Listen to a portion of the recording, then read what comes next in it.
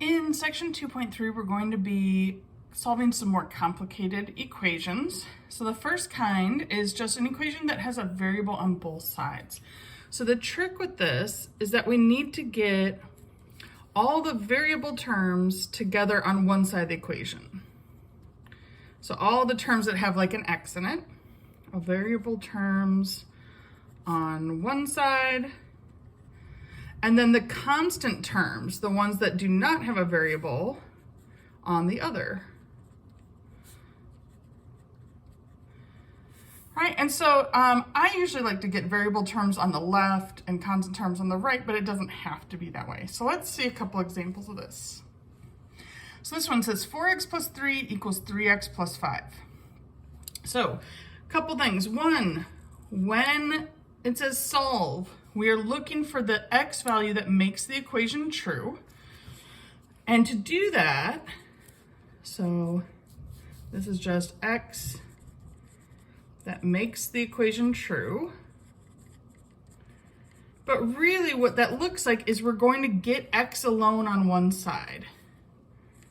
So get x alone on one side. So anytime we see solve, what that's going to look like is we're getting the variable alone on one side, either left or right. A couple other things I'm seeing in these directions. Always look at the directions. It says state the solution set. So set means curly brackets. So we're going to put our answer in curly brackets. And check. So make sure you follow directions on those kind of things. So let's do this one. So I need to get all the x's together on one side. And I would always start with combining the x's and then worrying about the constants. So if I just look at 4x and 3x, I'm going to move the 3x to the left side. So I need to undo this addition by subtracting from both sides. So minus 3x minus 3x. Remember, we always do the same thing to both the left side and the right side. So the equal sign is where the sides are. 4x minus 3x is just x. So I have x plus 3 on the left, and then just 5 left on the right because positive 3x minus 3x cancel or go to 0. All right, well now it's an equation like we did in the last section. To get the x by itself, we have to undo plus 3. The opposite of plus 3 is minus 3 on both sides of the equation. So we end up with x equals 2. So solution set means put that answer in curly brackets. But the x is not part of the solution set. So we shouldn't put curly brackets around this. It's a separate step that we put curly brackets around the 2.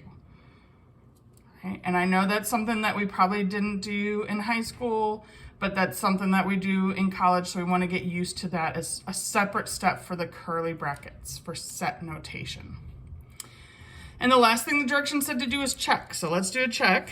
Checking does not have to be anything, super crazy or difficult. We're just plugging in this 2 into the original equation.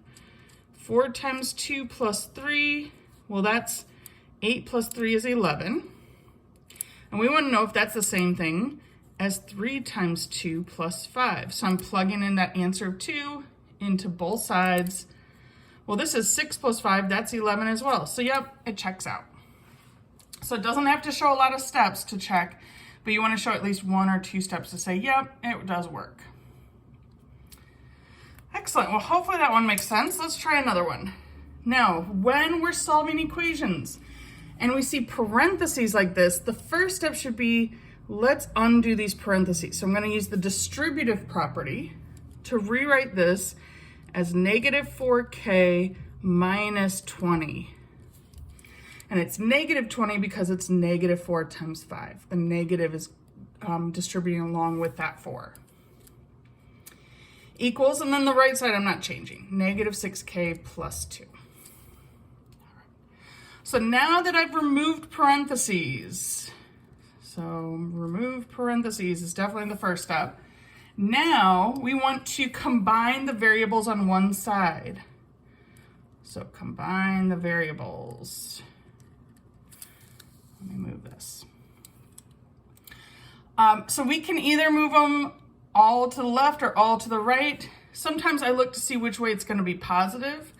If I add 6k to both sides, because it's negative 6k, so to undo that, I'm adding 6k. And both sides of the equal sign. Well, then we get a positive 2k on the left because it's 6k minus 4k is 2k. Minus 20 equals, and then negative 6k and positive 6k go to 0, and we just get 2 on the other side. All right, so again, we just need to get all the variables on one side. You can, pick either side, but I like to pick the side that makes it positive. So adding 6k worked best there. All right, well, I'm still not done because remember, solve means get the variable alone. So I have to add 20 to both sides to undo the subtraction of 20. So that'd be 2k equals 22. And last step is I have to undo this 2. I have to move the 2 to the other side. Anytime in algebra, two things are written next to each other, that's multiply. So the opposite of multiply is to divide by 2.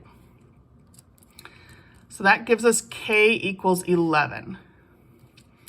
So the solution set is 11 in curly brackets. So that's what we mean when we say solution set, is put the answer in curly brackets on its own, not with k involved in it.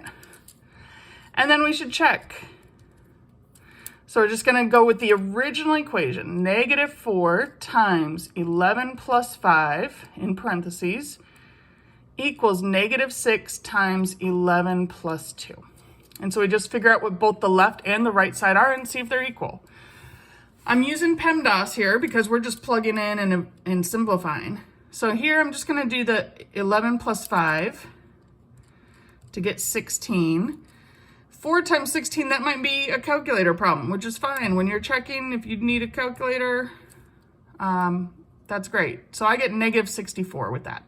But you might want to check me on a calculator. On this side, I think I can do it without 1. So this would be negative 6 times 11 is negative 66 plus 2. Oh, look, that does equal negative 64. So it works out.